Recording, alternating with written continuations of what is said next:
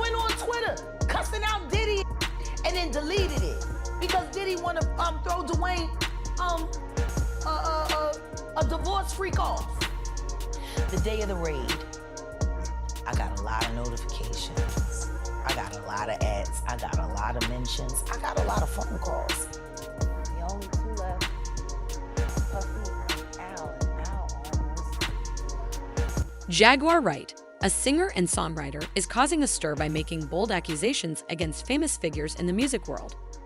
She's claimed that Jay-Z, Diddy, Common, Talib Kweli, and others have mistreated and exploited people. After her recent outburst about Diddy, rapper 50 Cent is supposedly cautioning Diddy to steer clear of Wright, suggesting he might try to silence her forcefully. The next to Biggie, the next to Mace, the next to Ja. Look, Puffy might be the destination for anybody going nowhere. Nobody survived. 50 Cent has been making fun of Sean Diddy comms online, especially after Diddy faced lawsuits and had his home searched by federal agents. These two rappers have had a long-standing feud that includes diss tracks, competing businesses, and personal insults. Now, 50 Cent wants to support Jaguar Wright, who has also been critical of Diddy. He's always seen Diddy as someone to be cautious of. In a song from 2006, 50 Cent even suggested that Diddy knew who was behind the killing of Notorious Big 50 Cent, accuses Diddy of profiting off Biggie's legacy and possibly being involved in the death of Tupac Shakur. He's also teased Diddy for his fashion choices and his vodka brand. Recently, 50 Cent announced plans to make a documentary about sexual assault allegations against Diddy. He's using this to support victims of assault. Jaguar Wright has also been vocal about her criticisms of Diddy, implying he may have had a role in certain deaths.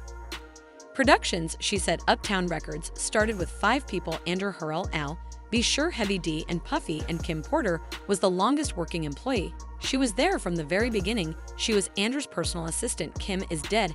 Heavy D is dead. Andrew Harrell is dead. The only two left are Puffy and Al almost died. Isn't that interesting? The only two left are Puffy and Al almost.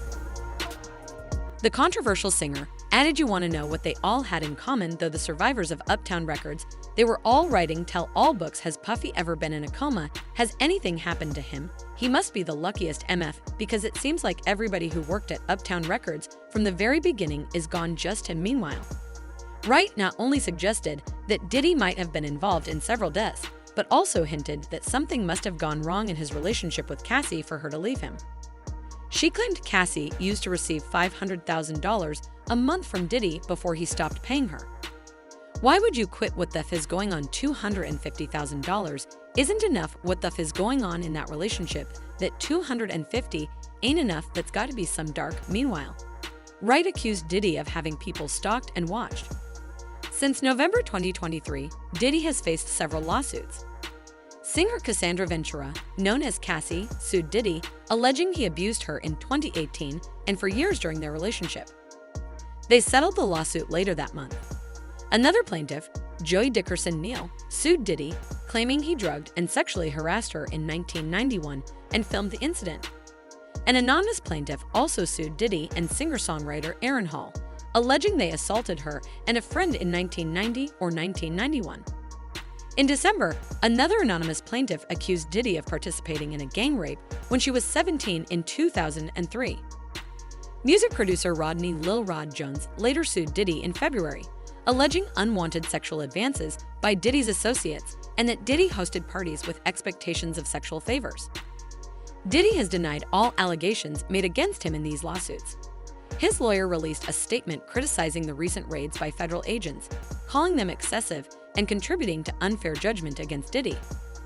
Diddy's career, spanning 3 decades, has been marked by legal troubles, including allegations of sexual assault and criminal possession of a weapon.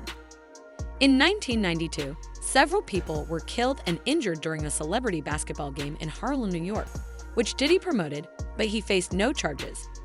In December 1999, Diddy and Jennifer Lopez were arrested in New York City after a shooting in a nearby club. They were charged with criminal possession of a weapon and possession of stolen property. Diddy was acquitted of illegal possession of a weapon. In 2015, Diddy was accused of assaulting a UCLA football coach with a kettlebell, but the charges were dropped. In 2017, Diddy's former chefs sued him for sexual harassment and other claims, and the lawsuit was reportedly settled. After Cassie made her lawsuit public, singer Aubrey O'Day, who was in the group Danity Kane under Diddy's management, claimed on Instagram that Diddy was prone to uncontrollable rage and frequently beat her. Cassie alleged memory loss linked to Diddy giving her opiates and alcohol, leading to substance abuse. Cassie claimed Diddy may have damaged rapper Kid Cudi's car in a fit of rage. In 2009, Diddy allegedly pressured Cassie to get breast implants, but later demanded they be removed because they were too big despite potential harm.